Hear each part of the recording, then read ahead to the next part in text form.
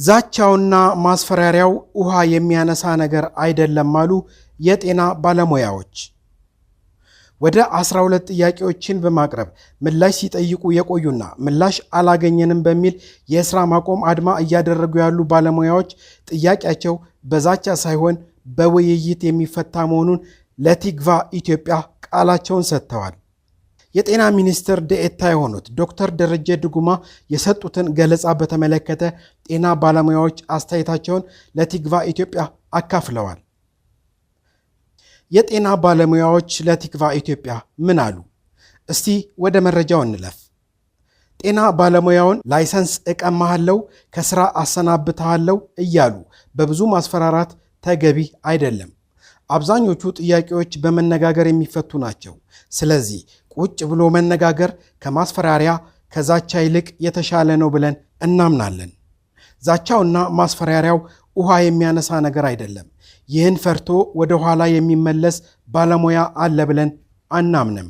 እንደዚህ አይነት ነገሮች እንደሚጠብቁን ገና ሐሳቡ ሲመጣ ወይንም ስንነሳ እናውቅ ነበር አይደለም ገብተንበት። ስለዚህ ችግሮቻችን በማስፈራሪያና በዛቻ ሊፈቱ የሚችሉ አይደሉም።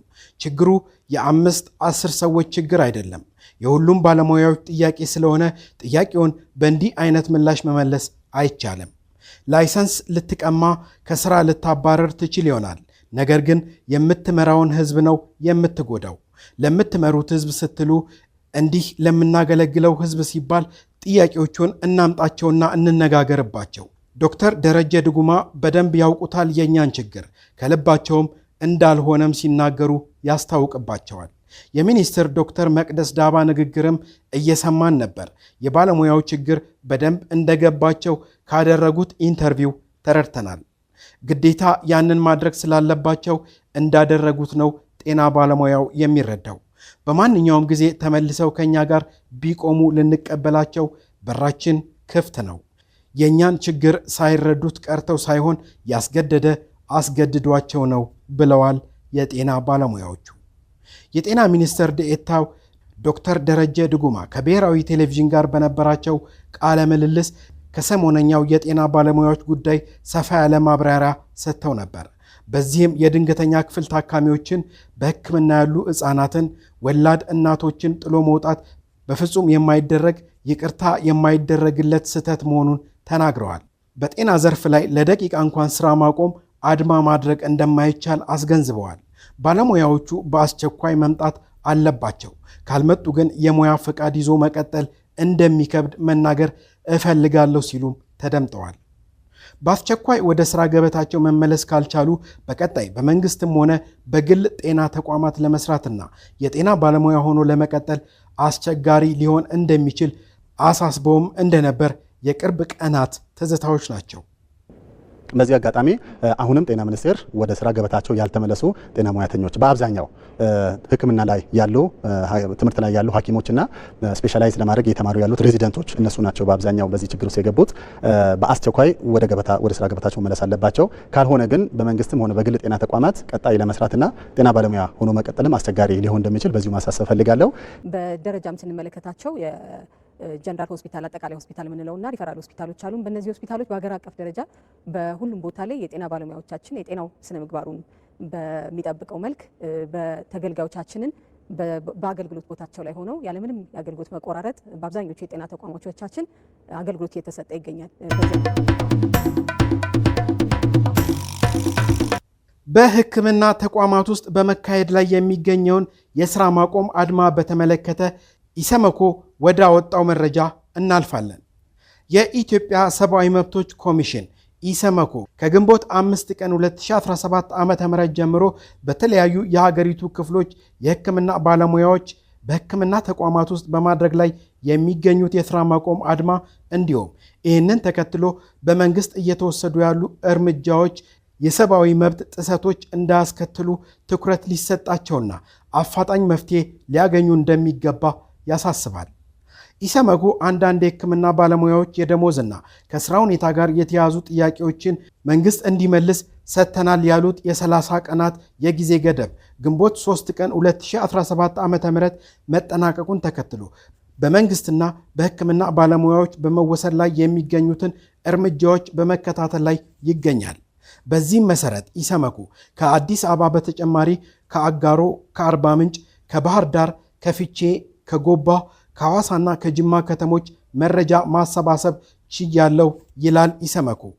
እንደ መረጃው ከሆነ ኢሰመኮ የሕክምና ባለሙያዎችን በመወከል የቀረቡለትን ከተመጣጣኝ ደሞዝ፣ ከጥቅማ ጥቅም፣ ከሙያ እድገት ዕድሎች እንዲሁም ከምቹ የሥራ ቦታና የሥራ ቦታ ነፃነት ጋር የተያዙ ጥያቄዎች ሚያዝያ 3 ቀን 2017 ዓ.ም ለጤና ሚኒስቴር ያቀረቡ መሆኑንና መንግሥት እነዚህን ባለ 12 ነጥብ ጥያቄዎች በተሰጠው የ30 ቀን አልፈጸመም በሚል ከግንቦት 5 ጀምሮ የሥራ ማቆም አድማ ማድረጋቸውን ለመረዳት ችያለው ይላል ኢሰመኮ።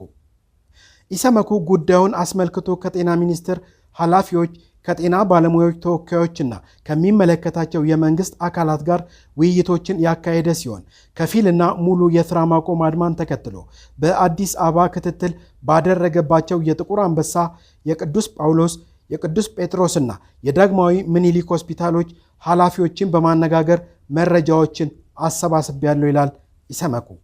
በዚህም መሰረት በአንዳንድ የሕክምና ተቋማት በጽኑ ህሙማን ማዕከል የሚገኙ ታማሚዎችን ጨምሮ በሐኪም እጥረት ተገቢውን ሕክምና ማግኘት አለመቻላቸውን፣ ከክልል ከተሞች ረጅም ቀጠሮ ጠብቀው ለሕክምና የመጡ ታካሚዎች ለእንግልት የተዳረጉ መሆኑን፣ በባለሙያዎች እጥረት ምክንያት አንዳንድ የሕክምና ተቋማት ባለሙያዎችን ለረጅም ፈረቃዎች እንዲሰሩ ለመመደብ የተገደዱ መሆኑን እንዲሁም ታካሚዎች ሕክምና ለማግኘት ለረጅም ሰዓታት እንደሚጠብቁ ለማረጋገጥ ተችሏል።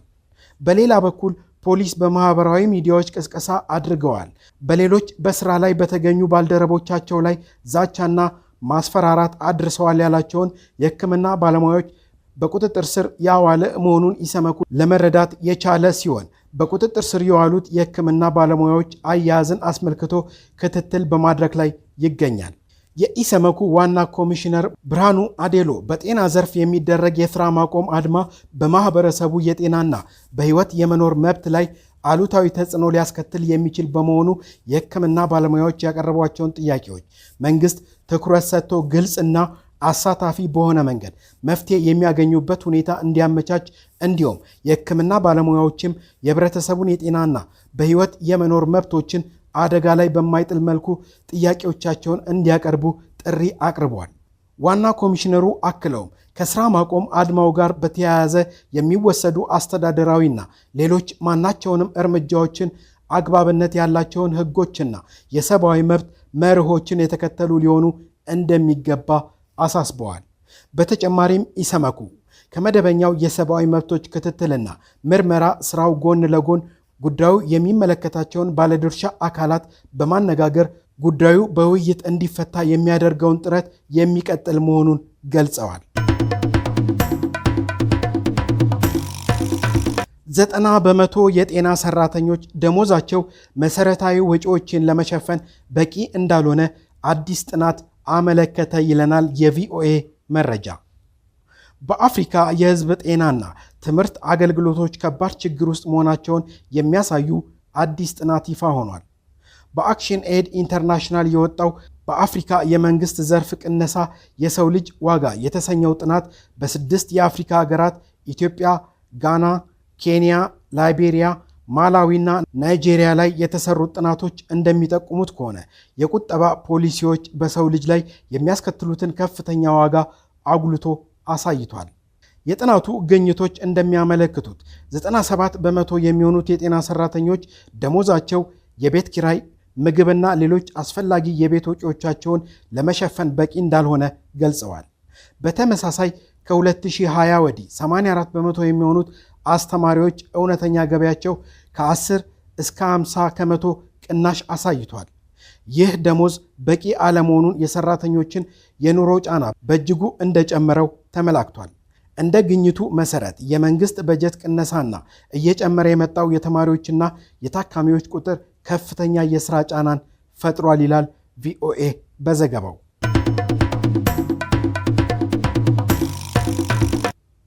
ኢትዮጵያ የቀይ ባህርን ደህንነት ለማስጠበቅ የሚኖራት አስተዋጽኦ ትልቅ መሆኑ ተገለጸ።